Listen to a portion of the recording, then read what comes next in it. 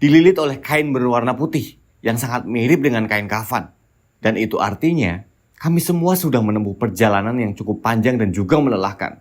Memang mereka semua benar-benar memiliki niat untuk berpesta miras di gunung ini. Kami semua sudah memaklumi sikap keduanya yang kerap kali melempar kemesraan di sembarang tempat. Tiba-tiba ada insiden yang terjadi.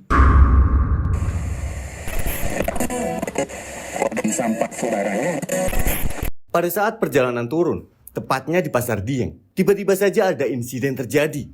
Dila terpeleset karena batu terjal yang ada di sana. Dan alhasil, kakinya pun keseleo karena hal tersebut. Semua orang pun berhenti untuk memastikan kondisi kaki Dila. Dan sepertinya, kondisi Dila cukup parah. Sehingga ia pun mengalami kesulitan untuk berjalan turun. Dila pun akhirnya berjalan dengan bantuan Fajar, kekasihnya. Dila dipapah sepanjang perjalanan turun menuju ke base camp. Lain kali hati-hati bisa nggak sih? Ucap si Fajar.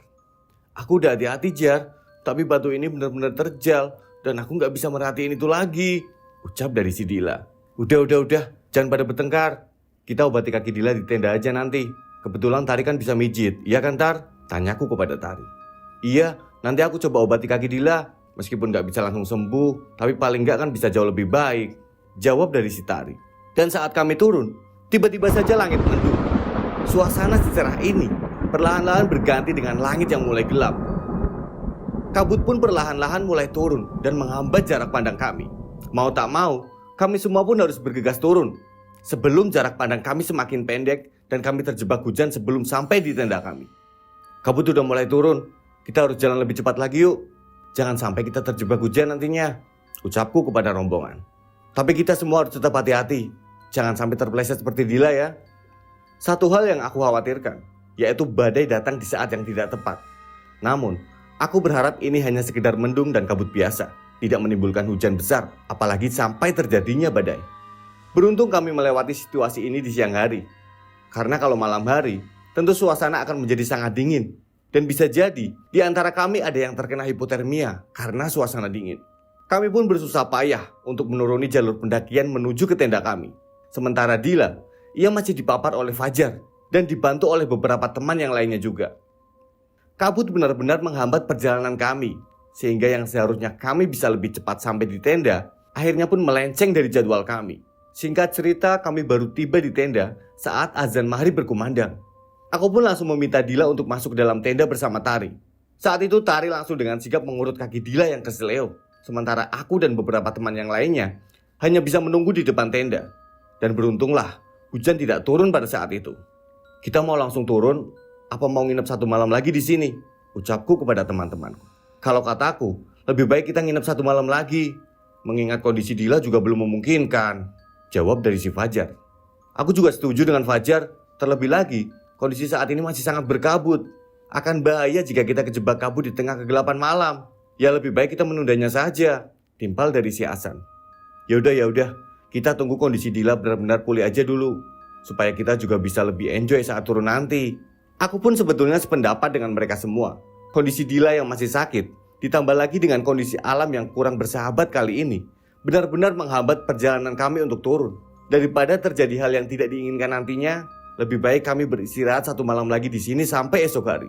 Tak lama setelah berdiskusi, Tari pun keluar dari tenda untuk memberikan kabar bahwa kondisi Dila cukup parah dan tidak memungkinkan untuk dibawa jalan segera. Sehingga Tari pun memberikan saran agar kami semua beristirahat terlebih dahulu, terutama si Dila. Mendengar hal tersebut pun semakin menambah keyakinan kami untuk bermalam satu hari lagi di tempat camping. Hari pun sudah semakin larut. Tari meninggalkan Dila seorang diri di dalam tenda agar Dila bisa beristirahat lebih leluasa. Tari pun akhirnya bergabung dengan kami semua. Kami berbincang dan saling melempar canda di depan tenda. Tak lama kemudian, Fajar pun mengambil beberapa minuman keras yang masih tersisa di dalam tasnya dan mengajak kami semua untuk berpesta miras. Mau pesta lagi Jar? Tanyaku keheranan. Kan mumpung masih ada sisa Bi, kita manfaatin lah, jawab si Fajar. Semua teman-teman lelaki pun setuju dengan ucapan Fajar. Dan mereka semua pun memulai pesta miras malam itu. Sementara aku dan Tari hanya menontonnya sembari meminum secangkir kopi hangat yang sebelumnya sudah kami buat. Malam semakin larut dan keempat temanku sudah mulai mabuk karena terlalu banyak minum. Sementara aku dan Tari hanya bisa menggelengkan kepala kami, tanda bahwa kami tidak menyukai dengan apa yang telah mereka lakukan. berpesta miras di tiap malam sepanjang pendakian. Bukankah itu sebuah kekeliruan? Tiba-tiba saja Fajar meminta izin kepada kami semua untuk pergi ke tenda Dila. Ia hanya ingin memastikan kondisi kekasihnya tersebut. Kami tidak menyimpan curiga sedikit pun kepada Fajar, karena kami pikir Fajar tentu merasa khawatir karena kekasihnya tersebut sedang mengalami cedera. Jangan lama-lama ya Jar, jangan aneh-aneh juga loh, ucapku seraya menasihati Fajar. Aman kok Bi, aku cuma mau mastiin kondisi Dila aja. Udah jauh lebih baik apa belum? Ucap dari si Fajar. Malam itu kondisi di Bulak Peperangan tempat kami bermalam sangatlah sunyi. Tidak seperti malam-malam sebelumnya. Tak banyak rombongan lain yang mendirikan tenda di sana. Hanya ada beberapa saja yang bisa dihitung dengan jari. Jarak antara tenda kami dengan tenda rombongan lain pun cukup berjauhan. Mungkin rombongan pendaki lain memang sudah lebih dulu turun dan tidak lagi ngecamp di Bulak Peperangan. Sehingga tak heran jika kondisi malam itu benar-benar sunyi dan senyap. Namun rasanya benar-benar aneh. Malam itu bukan hanya sunyi saja, namun tak ada suara apapun yang terdengar. Bahkan suara angin pun tidak ada. Firasatku pun mendadak berubah. Aku memiliki firasat buruk tentang situasi yang saat ini sedang kami hadapi. Dan aku pun mencoba memberitahukannya kepada Tari. Tar, aku punya firasat kurang baik loh Tar, ucapku tiba-tiba. Maksud kamu apa Bi? Aku merasa akan ada sesuatu yang terjadi dalam kelompok kita. Tapi aku masih belum yakin. Ah, mungkin cuma perasaan kamu aja kali, ucap dari si Tari. Tar, tapi kali ini aku benar-benar yakin. Udahlah Bi, semoga semuanya baik-baik aja. Aku juga berharap begitu sih Tar. Meskipun Tari sudah berusaha untuk menenangkanku, namun tetap saja firasat buruk yang saat ini aku rasakan tak kunjung menghilang. Apa yang sebenarnya terjadi? Bukankah sejauh ini semuanya baik-baik saja? Tiba-tiba aku mendengar suara lirih seseorang meminta tolong. Aku pun mencoba untuk memastikan suara itu. Tolong. Kalian pada denger gak? Ada suara orang minta tolong. Tanyaku kepada kelima temanku. Aku gak dengar kok Bi. Coba diperhatiin lagi. Siapa tahu setelah ini suaranya makin jelas. Dan benar saja, setelah aku berkata demikian kepada teman-temanku, suara itu terdengar semakin jelas. Aku pun mencoba untuk mencari sumber suara itu. Dan setelah mendekat ke sumber suara itu, ternyata suara itu adalah suara Fajar. Ia berteriak meminta tolong dari dalam tenda. Sontak hal tersebut pun membuatku sangat kaget. Dan aku pun bergegas untuk pergi ke tenda Dila. Khawatir akan ada hal buruk yang terjadi kepada mereka berdua. Aku dan Tari pun langsung mengecek ke tenda Dila.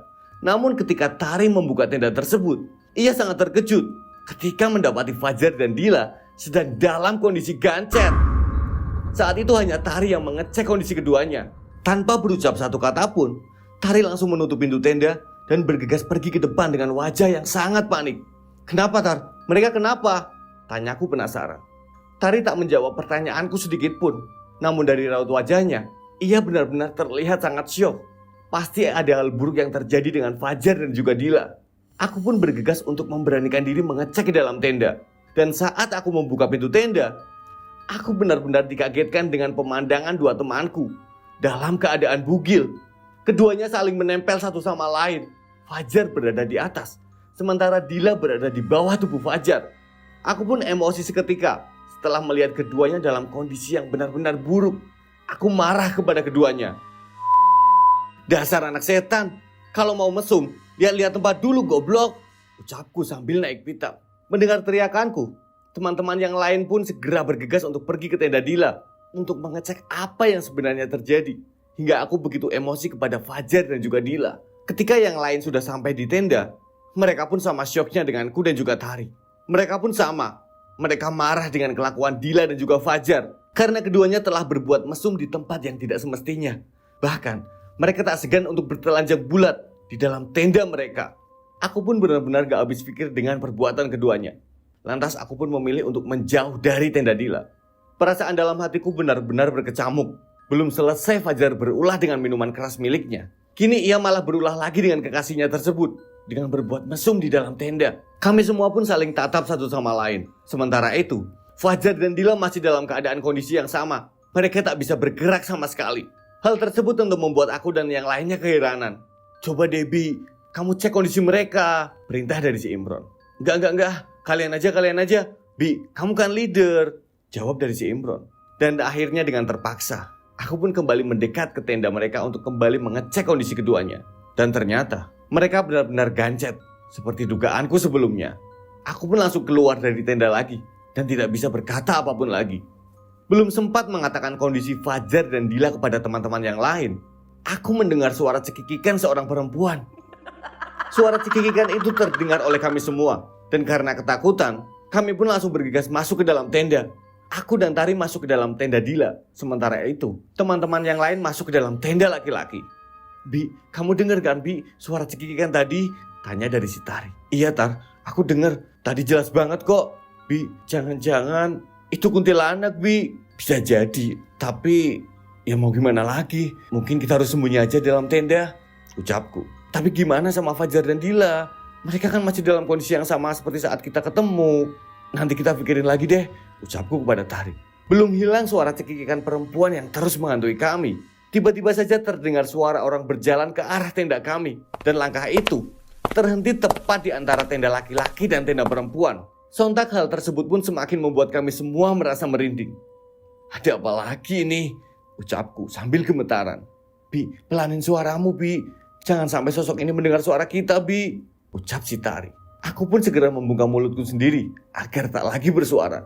Sementara itu, Fajar dan Dila semakin merintih kesakitan dan terus memohon kepada kita agar mereka bisa segera dipisahkan. Namun tak ada yang bisa aku dan Tari lakukan saat ini. Selain suara cekikikan perempuan yang terus membayangi kami, ada langkah kaki yang kami sendiri pun tidak tahu. Apakah itu langkah kaki manusia atau makhluk yang lainnya? "Bi, tolong Bi, tolong lepasin aku dari tubuh Dila Bi," ucap si Fajar seraya merintih kesakitan. "Kalian berdua tenang dulu. Aku dan Tari belum bisa berbuat banyak saat ini. Selain itu, teman-teman yang lain juga masih ada di tenda sebelah. Aku dan Tari gak cukup tenaga untuk melepaskan kalian berdua. Lagian ini semua olah kalian sendiri kan?" ucapku dengan nada yang sedikit kesal. Tak lama berselang, tiba-tiba saja hujan turun membasahi tenda kami. Dan suasana dingin benar-benar kami rasakan. Terlebih lagi, hari pun sudah semakin gelap. Namun anehnya, meskipun hujan turun, sosok bayangan yang berada di tengah-tengah tenda kami tak kunjung hilang. Sosok yang kami tidak ketahui tersebut tak beranjak sedikit pun dari tenda kami. Dan hal tersebut semakin menambah perasaan takut ke dalam diri kami. Dan bukan hanya itu saja.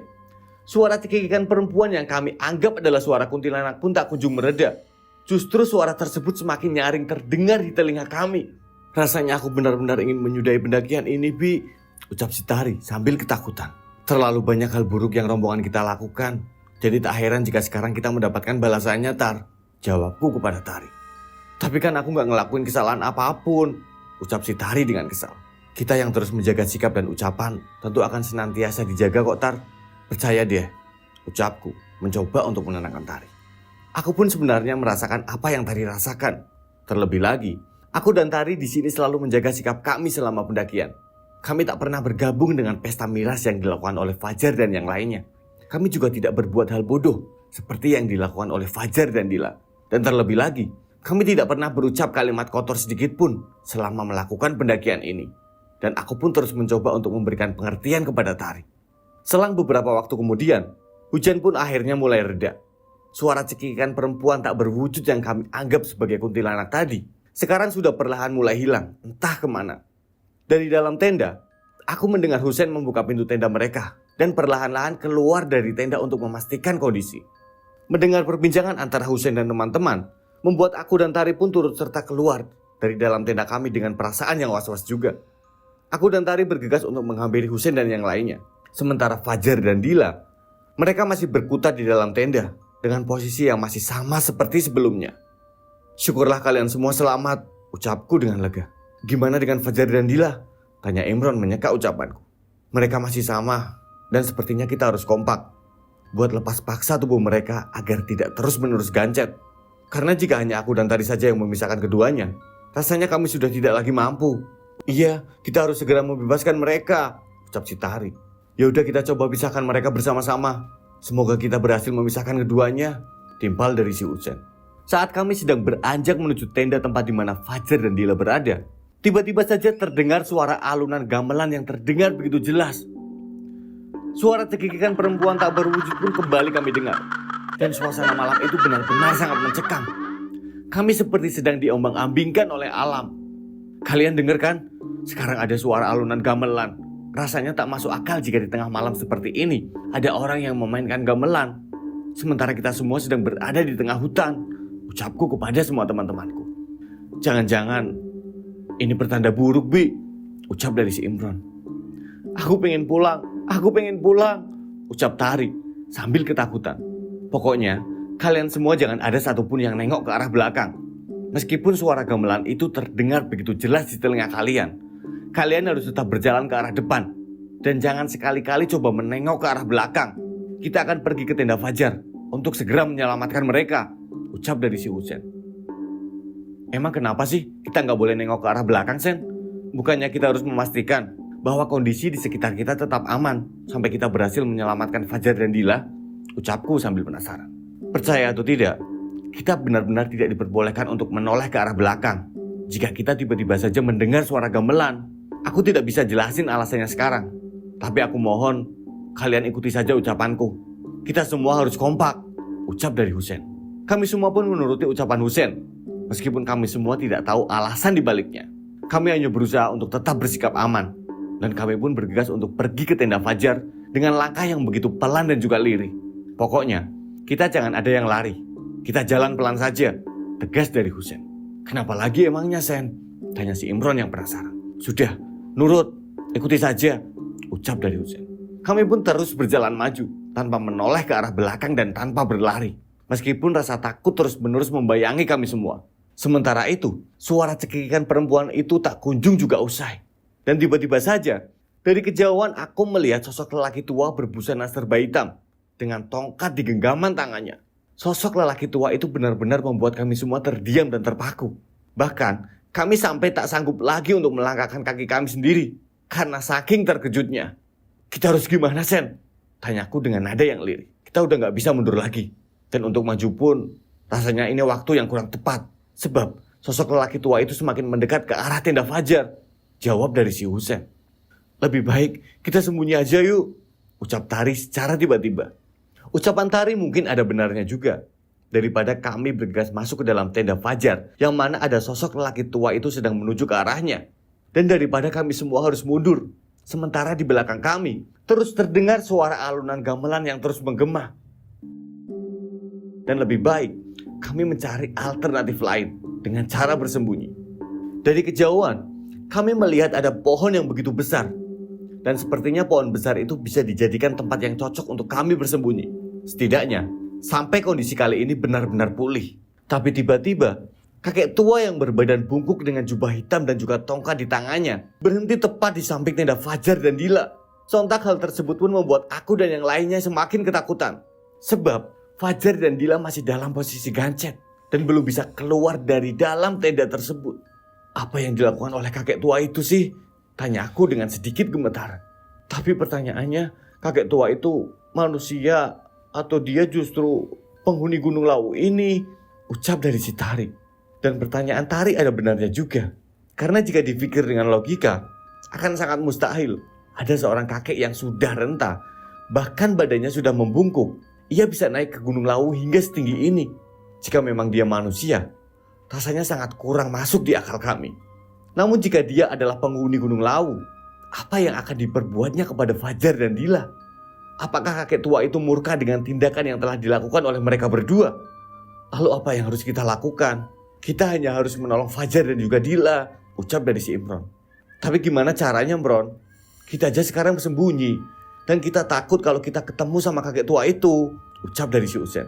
Jika kakek tua itu benar-benar penghuni gunung ini, tentu dia akan tahu kalau kita sudah bersembunyi semuanya di sini, jawab dari si Hasan. Terus, apa kita semua akan selamat? Ucap dari Tari yang semakin merasa ketakutan. Tenang, Tar, kita semua pasti akan selamat, ucapku mencoba untuk meyakinkan Tari. Tapi tiba-tiba saja kakek tua bungkuk itu bersua kepada kami yang saat itu sedang berada di balik pohon untuk bersembunyi. Celakalah kalian, semua sudah terlambat, ucap kakek tua itu dengan suara yang begitu lirihnya. Sontak, kalimat yang diucapkan oleh kakek tua itu semakin membuat kami semua ketakutan. Apa kami semua memang benar-benar sudah di jurang kesengsaraan? Apakah kami semua benar-benar sudah terlambat untuk menyelamatkan diri? Itu semua yang ada di dalam pikiran kami. Namun aku tak ingin berputus asa begitu saja. Lantas aku pun memberanikan diriku untuk keluar dari tempat persembunyianku.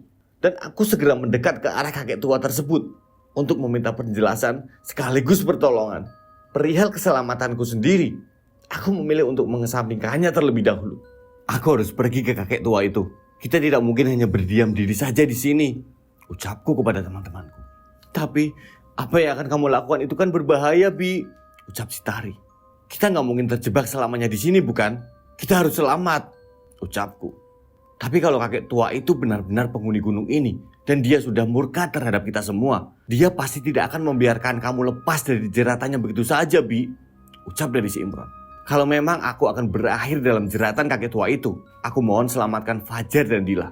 Lalu setelah itu, kalian segera turun bersama. Aku akan coba untuk mengalihkan perhatian kakek tua itu, ucapku kepada mereka. Abi, kamu serius? Tanya dari Sitari. Aku benar-benar serius. Harus ada yang berkorban, bukan? Ucapku sembari meneteskan sedikit air mataku. Sebagai leader, aku harus berusaha untuk bertanggung jawab atas apa yang terjadi di dalam rombonganku. Entah itu hal manis ataupun hal pahit sekalipun. Aku berusaha untuk menyelamatkan semua teman-temanku. Entah akhirnya aku yang akan celaka. Aku berusaha untuk tidak mempermasalahkan itu. Aku pun sudah pasrah. Aku pun segera keluar dari tempat persembunyianku dan berusaha untuk menarik perhatian kakek tua itu yang berdiri tepat di samping tenda Fajar dan juga Dila. Hei kakek tua, saya di sini, teriakku kepada kakek tua itu. Sontak, pandangan kakek tua itu pun tertuju kepadaku dan wajah kakek tua itu penuh dengan rasa amarah. Ia kemudian perlahan-lahan mendekat ke arahku. Sementara aku mencoba untuk mengarahkan semua teman-temanku untuk segera pergi ke arah tenda Fajar dan Dila untuk segera menyelamatkan mereka berdua. Setidaknya mereka harus bisa melepaskan Fajar dari tubuh Dila agar keduanya tidak terus-menerus dalam kondisi yang gancet. Kalian akan celaka, ucap dari kakek itu. Kenapa kami akan celaka, kek? Kami tidak berbuat salah sedikit pun, kek, ucapku seraya membela diri. Kalian telah mengotori tanah ini, ucap kakek tua itu. Aku hanya bisa terdiam sesaat setelah mendengar apa yang telah diucapkan oleh kakek itu. Karena secara tak langsung, rombongan kami memang telah mengotori tempat ini dengan hal yang tercela. Aku sendiri pun bingung apa yang harus aku ucapkan lagi kepada sang kakek sebagai pembelaanku. Sementara itu, di sisi lain semua teman-temanku mulai mengarah ke tenda Fajar. Di saat sang kakek tua itu sedang mendekat ke arahku. Aku berharap mereka semua berhasil membebaskan Fajar dari tubuh Dila. Dan kalau sampai tidak berhasil, aku sendiri pun bingung apa yang harus kami lakukan lagi untuk menyelamatkan keduanya. Aku mencoba untuk menghadapi kakek tua di hadapanku ini. Meskipun aku sendiri sebenarnya benar-benar ketakutan. Maafkan sikap kami, kek. Kami telah lancang, ucapku kepada kakek itu. Kalian telah mengotori tempat ini. Dan sudah sepantasnya kalian harus berserah diri, ucap dari si kakek. Kek, kami mohon biarkan kami turun dengan selamat, kek. Kami benar-benar memohon ampun, kek, ucapku seraya memohon kepada kakek itu. Berserahlah, berserahlah, ucap sang kakek dengan nada yang meninggi. Aku mencoba untuk mencerna maksud dari perkataan sang kakek tersebut. Dan aku pun yakin ada makna yang tersembunyi di baliknya. Aku mencoba melirik ke arah tenda Fajar dan Dila. Dan sepertinya teman-teman yang lain belum berhasil membebaskan keduanya. Sebab mereka tak kunjung keluar dari dalam tenda dan segera menyelamatkan diri mereka.